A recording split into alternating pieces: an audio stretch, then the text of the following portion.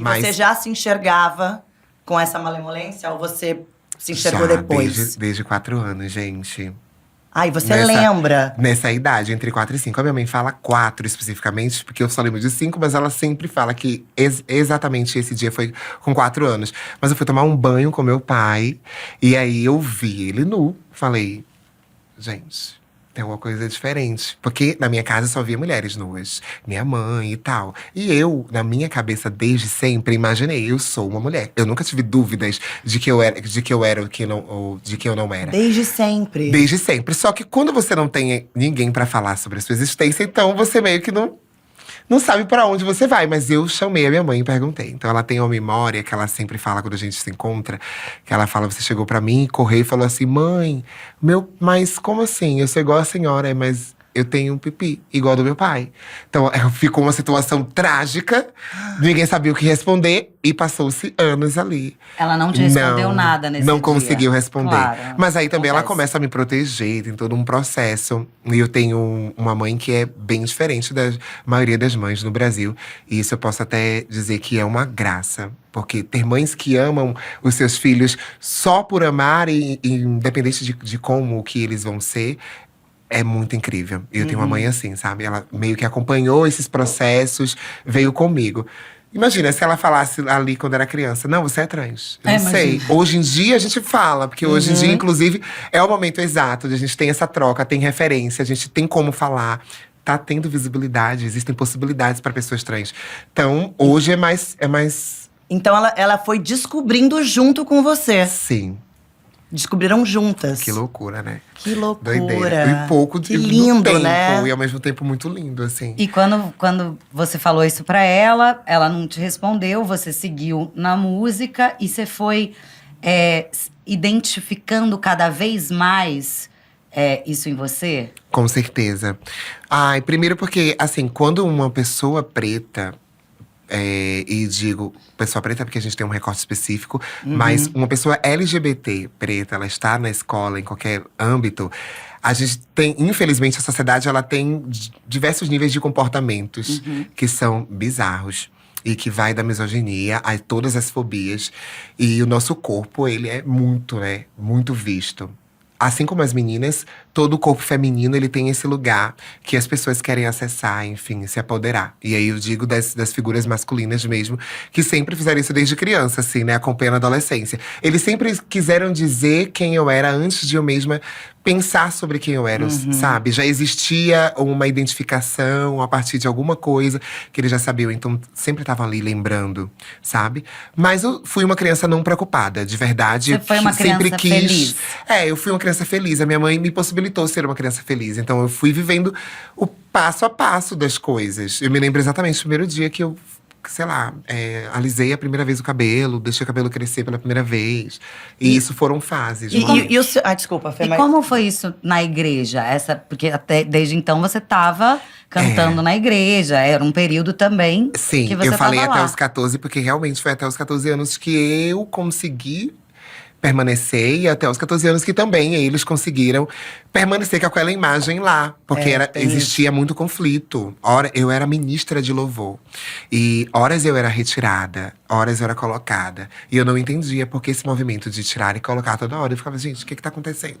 Não posso estar aqui, como é isso? E ninguém nunca respondia assim… olha, não pode. Não era isso.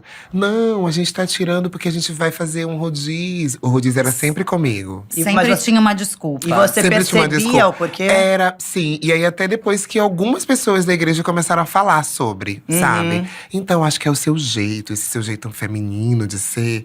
Não dá. Aí que ficou diferente. Aí eu falei, meti o pé na jaca. Falei, gente, então… não dá. Se a gente vai estar discutindo sobre a minha existência, acabou. Porque eu não tenho como discutir sobre a minha existência. Ninguém aqui dentro discute sobre a existência E você já de tinha ninguém. esse pensamento. Já tinha esse pensamento. E lá eu estaria discutindo sobre a minha existência. Não tinha como. Eu questionava bastante. Principalmente isso, acho que muita gente de casa que vive isso, principalmente as pessoas que passaram pela igreja, que são LGBTQIA+, vivem um pouco disso, de achar que do lado de fora da igreja, o mundo reserva um diabo, um demônio, o inferno, o Se sentir fim. protegido ali dentro Você apenas. tá protegido apenas ali dentro. E eu me lembro do dia exato, aos 14 anos, quando eu falei pra pastora assim: o que eu faço agora? Não tem mais oração, não tem mais jejum, não tem mais nada, assim, que resolva o que eu nem sei mais o que é pra ser resolvido. E ela falou: não tenho mais o que fazer. Mas Eu te peraí. diria, ore mais. Eu falei: não vou orar. Não, mas eu peraí. vou sair. Tentaram fazer uma cura com você? Basicamente, assim. Esse é um processo que toda igreja Evangélica. faz com crianças afeminadas. Mas isso foi um baque pra você? Ou você estremeceu ou você ficou mais forte? Eu acho que é aí que vem o nome Maju, sabe? Que a gente tá falando desde o início. A força é uma coisa que faz parte muito de mim. E isso é base. A família é base pra se ter Total. força. Então eu me senti muito forte pra poder dizer: eu não quero ou quero estar. Quem não quer sou eu, Quem né? não quer sou eu. Então eu fui embora. Minha mãe continuou na igreja, mas ela sabia do que acontecia. E a gente conversou bastante durante o processo. E aí eu saí. E, aos e a, 14. e a figura paterna nessa sua transformação? Ai, Porque aí- a figura masculina é sempre mais complicada, né? Então, como a maioria dos pais no Brasil abandonam suas famílias. E eu, como uma mãe preta, também foi abandonada por um homem. Então tem uma história meio triste, né, em relação a isso, mas de um lugar que hoje eu vejo como totalmente transgressora. Ela é uma mulher que ela é revolucionária. E através do corpo dela, que era único, sendo uma mãe solo, ela cuidou de 2 crianças. E olha só a criança. Olha, E olha olha- essa criançona! Olha essa criançona! E você já encontrou com o seu pai depois disso tudo? Não, ele já foi. Ah, assim. já. Já fui pro outro lado. Mas a gente chegou a conversar um pouco antes, assim. Ele já sabia que eu era artista. Ele reconheceu o meu corpo, a voz, etc. Mas é isso, né? Não se deu tempo também para o contato, sabe? Então, aconteceu. Então ficou pra trás. Ficou pra né? próxima vida, a gente aprende. Estamos na linha do tempo nos seus 14 anos. Saiu da igreja, deu um adeus, pastora. beijo, não quero pertenço. mais. É, Não quero mais. isso. E aí você foi pra onde? Você seguiu como na música? Nossa, aí veio o desafio, né? Porque a música não era a minha primeira opção. Porque, enfim, todo mundo sabe que música não é tão valorizada, principalmente no nosso país. E aí é foda, porque qualquer tipo de arte, na verdade, Vai pra um não é lugar de valorizada. sonho a Vai pra música, um né? lugar de Quando você não sonho. tem. E antes era bastante sonho. Né? Nossa, quando eu falei pra minha mãe a primeira vez, ela disse: gata, impossible. Não tem como. Eu amo. Você precisa de dinheiro, você precisa comer. Como é que você vai comer e você vai cantar? Não tinha essa possibilidade. E aí eu fui ser designer, que é a minha segunda profissão de paixão. E eu acabei entrando, fui pra universidade, vivi a universidade como, né, aluna de design. Fui até a quase final, cheguei ao TCC e abandonei. No TCC. No TCC, não tinha como defender. Não tinha? Não tinha. Por quê? Ai, porque É eu sou muito indefensável, né? fiel. Eu sou muito fiel realmente ao que se é, sabe? Você sabe que o TCC é uma defesa. É uma defesa do que você quer fazer. Eu levo isso muito a sério. Então, todas as minhas atitudes, elas são muito bem pensadas. Eu não faço nada sem pensar. Bem librianinha. É bem libriana mesmo. Libriana com Capricórnio, então já tem uma… Ah, por isso, Uma coisa então. mais, sabe, querendo organizar.